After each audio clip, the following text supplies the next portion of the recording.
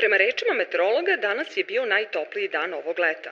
Vrućine retko kome prijaju, a poseban oprez preporučuje se radnicima na otvorenom, starijima i hroničnim bolesnicima. Ovako izgleda Novi Sad u najtoplijem danu u godini. Danas je u Srbiji bio pravi tropski dan. Republički hidrometeorološki zavod izdao je crveni meteoalarm za Srem, Banat, Bačku, Beograd, Zapadnu Srbiju, Šumadiju i Pomoravlje. To znači da je vreme vrlo opasno.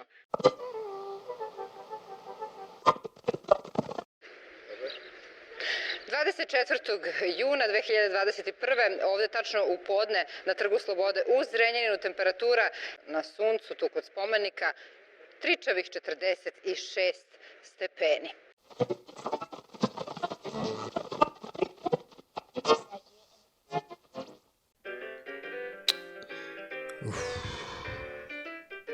Da li će stvarno danas da ide da uči da jaše konja na Fruškoj gori? Ma neće. A? Ne verujem.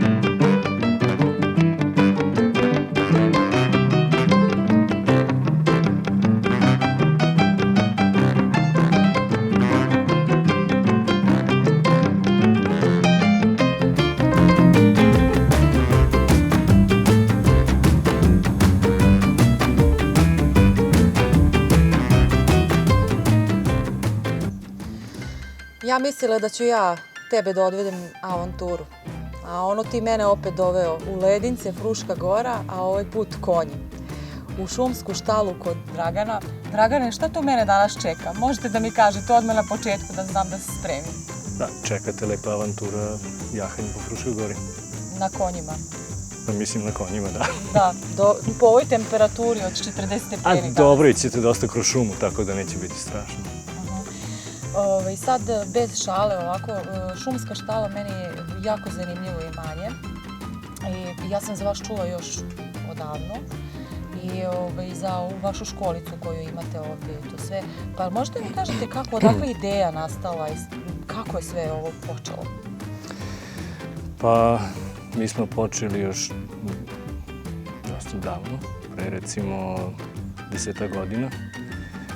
Sa idejom, zapravo kupili smo konje prema 12 godina sa idejom da mi jašemo, pa smo onda zapravo ponukani ljudima koji su nas videli i koji su htjeli dođu na jahanje, onda smo zbog njih krenuli sa školom jahanja.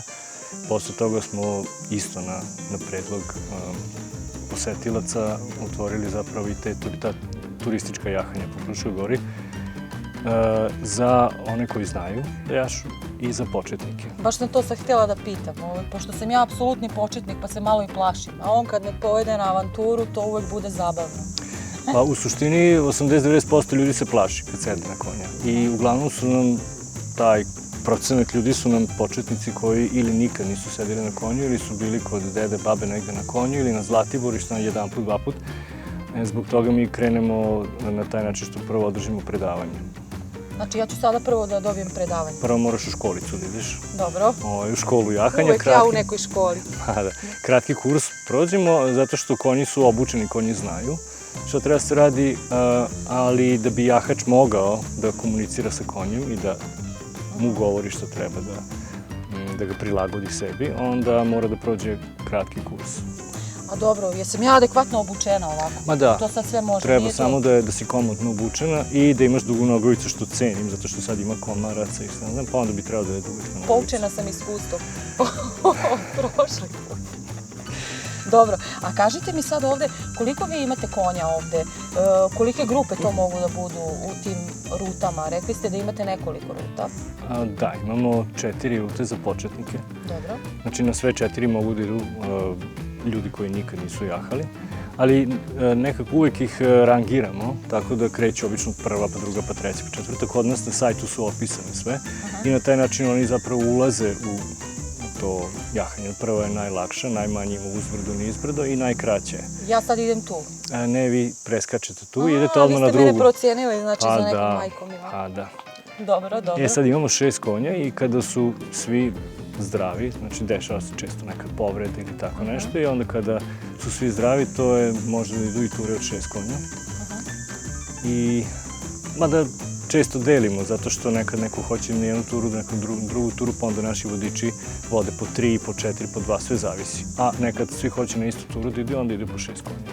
I onda tu imamo, kada je 6 konja u pitanju, imamo 2 minimum ili 3 vodiča pored, koji su tu samo da kontrolišu, da pomažu usput, eventualno da podele savet na osnovu onoga što je bilo pre toga u školi. A kažite mi, da li nešto posebno treba da se ponese na te ture? Neka voda, nešto? Uglavnom ne. Zato što ture traju sat i po 2, to je neki period gde može se izdrži bez vode, znači može se popiti ovde, a sve što nosite sa sobom vas može ometati ili smetati u toku jahanja. Možete vi nositi, ali uglavnom niko ne popije. Znači to je ono, svi su u nekom fokusu na konja, zaboravi se to i onda ni nema potrebe za to vodom. A kažite mi sad taj dečiji kamp koji ste vi osmislili, mislim, meni je to super ideja, pa zato spominjem, zato što mislim da je to ovakva aktivnost za decu koja je baš super. Te školice, koliko broje dece, sa koliko njih možete da radite? Pa, postavili smo bili 10 po jednoj smeni, da bude 10 dece. Međutim, loše smo procenili, mi smo mislili da će biti 3 kampa dovoljno i postavili smo da možemo da imamo 3 kampa po 10 dece. Međutim, imamo baš najezdu, opasnu najezdu. To je super. Ma jeste, tako da popunili smo sva 3 kampa još pre jedno mesec i po dana i od onda imamo po 3-4 poziva dnevno gde odbijamo ljude, pa onda, ne znam, joj, dete plače, šta da radim, pa znam kad ne mogu više od 12 ljudi da primim, 12 dece, treba to paziti, nije mala stvar imati 12 dece, to kad se kaže 12, ono kao šta je to, ali kad se nađe 12 dece gde uvek ima zvrkova, treba to kontrolisati, paziti, a da oni budu na neki način ipak bezbedni za sve to. Ja ću vam sad biti ko svih tih 12. O da, iskontrolisat ćemo te, ne sekiraj se. Dobro, onda da krenemo. Prvo obuka? Prvo idemo obuku, sad mi smo ovde ubacili nove snage, podmladak imamo, obučili smo podmladak, oni jako dobro funkcionišu, jako dobro znaju svoj posao i ja bih vas prepustio Dušanu, on je jedan od naših novih mladih i on će vas voditi kroz obuku i vodit će vas na terensko jahanje i bit ćete sigurni i bezbedni u njegovim rukama. Dobro, hvala, pa se onda sigurno utiske delimo posle toga. Ko preživi, deli utiske. Dobro. Ćao, jesi ti Dušan? Ćao, ja sam taj. Dragan me poslao kod tebe i rekao mi je da ćeš mi ti biti vodič na ovoj ruti kroz šumu, pa prvo da te pitam gde me vodiš? Danas ćemo da imamo na 2 vidikovca, s obzirom da je jako vrućina. Preznovaćemo, sigurno će biti toplo i naporno, ali ćete uživati. Jel idemo kroz neku ladovinu? Pa prvi deo ćemo morati da idemo nekim, da kažem, putem do šume, ali onda sledeći, većina, u stvari 70% staze je šuma.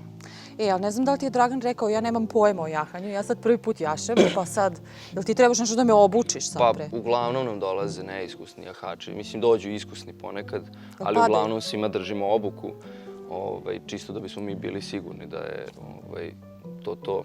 Tako da uglavnom dođu, nekad kažu mi znamo, mi smo jahali, pa onda ja kažem ajde probajte, pokažite mi, pa oni skroz nešto drugo pokažu. Ja ne znam ništa, odmah sam ti rekao. U suštini prvo je bitna obuka, tako da... Dobro, ajde da krenemo sa tom obukom, šta, kako? Ovako, u suštini najbitnija je ravnoteža kod jahanja, znači niste nigde zakačeni, vezani za konja. Pretpostavljam da ste videli to. Noge vam se nalaze u zengijama, to vam je jedini oslonac, da kažem, na nogama. Najbitnije je da ste od karlice pa do dole, do stopala, što više uz konja. Znači, ne mora to biti neki preteran pritisak, da ne dobijete neke upale mišića, bit će ih svakako, to obećam. Ali u suštini bitno je da ste što više uz konja, ne sedite kao u fotelje, sad opušteno skroz. Morate biti fokusirani na jahanje, znači ipak uživate i sve je to bitno, ali morate da gledate na konje da imate kratko dizgine, da ste pritisnuti nogama i tako dalje. Znači nije sve samo ono kao opušteno, mi smo došli da uživamo, snimamo, pustimo dizgine i tako dalje. Mislim, postoji ta varijanta, znači mi možemo voditi na povodac konja, ali nije to to. Svi dolaze uglavnom da bi jahali sami, da bi sami skretali, zaustavljali konja, pokretali. Imaju ipak taj neki doživljaj kao što je u školi jahanja, da kažem. Čekaj, ti sad meni hoćeš da kažeš da ću ja jednom deonicom ići sama? U suštini uvek ćeš ići sama, ja sam tu pored da ti pomognem ako nešto nije jasno, da skrenem, da stanemo, da... Tu sam uvek, tako da... Ali sama jašeš, sama upravljaš konjem, tako da... Kako li će to biti?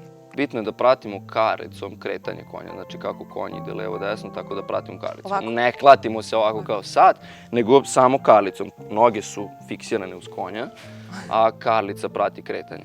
Evo ovako, sad ćete vi da budete zamena za mog konja. Super, još sam konj. Znači, držite to čvrsto. Ovo su dizgini. Dizgine držite sve vreme dok jašete i ne puštate ih. Ovo, tačnije vaše ruke, su žvale koje konj ima u ustima, ono metalno. Pretpostavljam da znate. Da. Znači, samo čvrsto držite ovako. Idu 3 prsta od gore, mali prst ide ispod. Tako isto i druga ruka. 3 prsta od gore, mali prst ispod. I ovo prebacimo preko. E sad, kad budemo seli na konja, bitno je da ruke stavimo u prednji položaj. Znači, nisu skroz pružene, a nisu ni nazad, jer ovde nemamo prostora za kočenje. Znači, kad sednemo na konja, ruke pružimo blago napred. Da, samo što sad ja objašnjam, pa ćete vi poslije da probate. Znači, ruke stavimo u prednji položaj. I sad šta je onda bitno? Bitno je da ostvarimo kontakt sa konjem, pošto trenutno nemamo nikakav kontakt sa konjem. Moramo da skratimo dizgine, da budu ravni. Tačnije sa rukom. Ovako, pustimo palac i kaži, prsti uhvatimo iznad dizgina. I desnom rukom klizimo ka glavi konja. Znači, ako skraćujemo desni dizgin, desnom rukom klizimo ka glavi konja. Pustimo i tu smo uhvatili. I ruka ostaje u prednjem položaju, znači ne vraćamo ruku nazad. Ostaje u prednjem položaju. Tako isto i drugu. Uhvatimo iznad i klizimo ka glavi konja. Sad smo skratili dizgine, je li tako? Da. Znači, ruke su mi u prednjem položaju. Dobro. I dizgini su ravni, znači nisu zategnuti, nego su samo ravni, nisu labavi. E sad, recimo, hoćemo da kažemo konju da ide desno. Lakat je fiksiran uz telo, naravno nije ukočen, opušteni smo i idemo desno. Sad ti meni dopusti malo, ipak nemoj da mi vučeš, tako. To što tvoja ruka radi, to je glava konja. Znači, mi smo sad okrenuli glavu konju u desno i držimo komandu. Jako je bitno da svaku komandu držimo.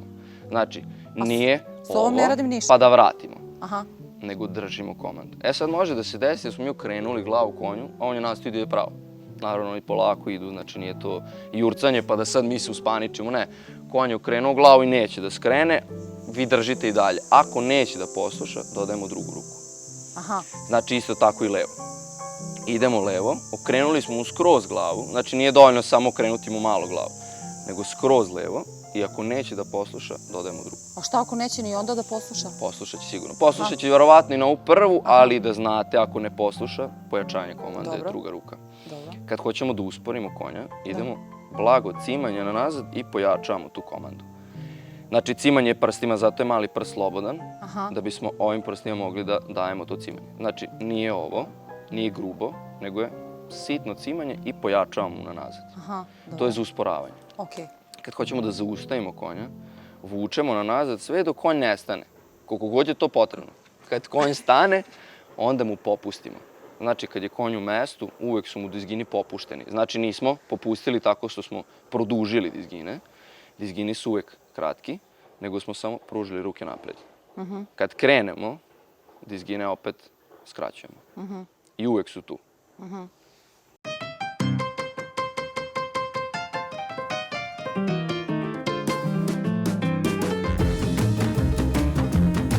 Nemoj skroz ubaciti nogu, nego samo na prednju granu. Na sredini mi je. To je to, nije na sredini. To je odlično, može. Tako, treba ćeš nogu. Ona se pustila kao da... Ajde ovako, dok ti ja nameštam u zengije, ovo su dizgini, ti probaj setiš ono što sam objasnio. Dobro. Znači, ovo je taj neki deo kuda moramo da idemo putem, jer smo ipak malo udaljeni od šume i onda Jel imaš strah? Pa onako. Veći nego u onom autu što ste se vozili. Da. Mislim da će se Jao, Mišo, osloboditi kako ću polako. ti vratiti? Kako ću ti vratiti? Znači, samo da smislim. Mislim da si mu već dovoljno vratila, pošto je on na suncu.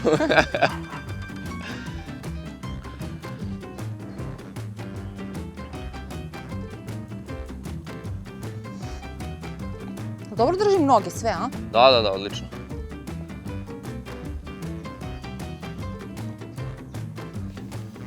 Ja njega očigledno, ja se plašim njega da udarim, razumeš? To je svima problem. To je normalno. Žao mi da ga udarim, razumeš? Onda ćemo da stojimo ovde, meni nije problem. A? Pa čekaj sad.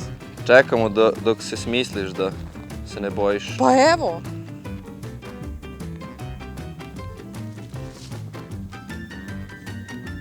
Život. Ono što sam rekao, samo karlicom pratiš konja. Aha. Taman kad se ufokusiram na karlicu, otpustim pete i tako. Dobro, to je normalno, skroz. Ovde je prijatnije. Šta joj je?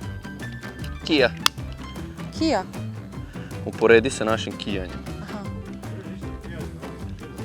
E pa sad, to je ono što sam ti rekao, sad će biti sve bolje i Znači bolje. ja. Sad će biti još sve. Gde smo sad ovo stigli? Nalazimo se kod Popovičkog jezera, koje trenutno, kao što vidite, baš i nije preterano čisto. Nije baš za kupanje, ali lepo vidjeti ovako nešto, ovako neki prizor na Fruškoj gori, s obzirom da ih ima još puno jezera. A je li nekada tu bilo kao kupališna zona ili nešto? E pa, iskreno taj deo ne znam, ali znam da dolaze ljudi da se sunčaju, da odmaraju, da pecaju, ali ovo nam je ta neka prva ruta koja se zove jezerska staza, tačnije jezerski put. Dolazimo ovde i vraćamo se nazad, tako da u suštini ima neko Aha. A mi sad idemo još značenje. dalje? Da, mi sad nastavljamo gore u šumu, sad ulazimo u pravi deo šume, tako da sad kreće zapravo najlepši deo ove staze.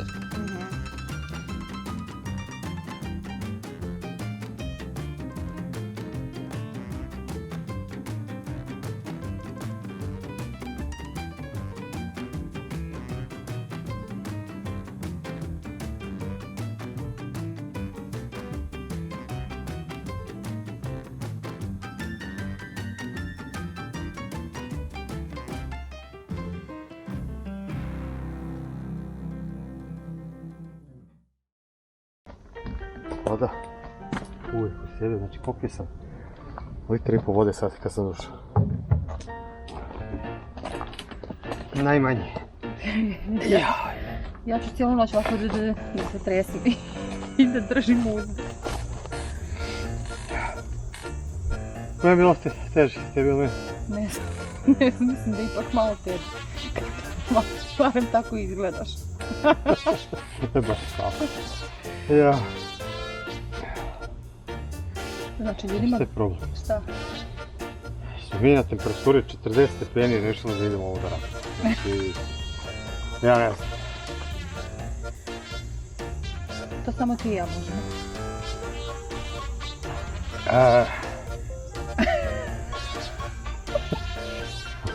Ovo više ne ponavljam.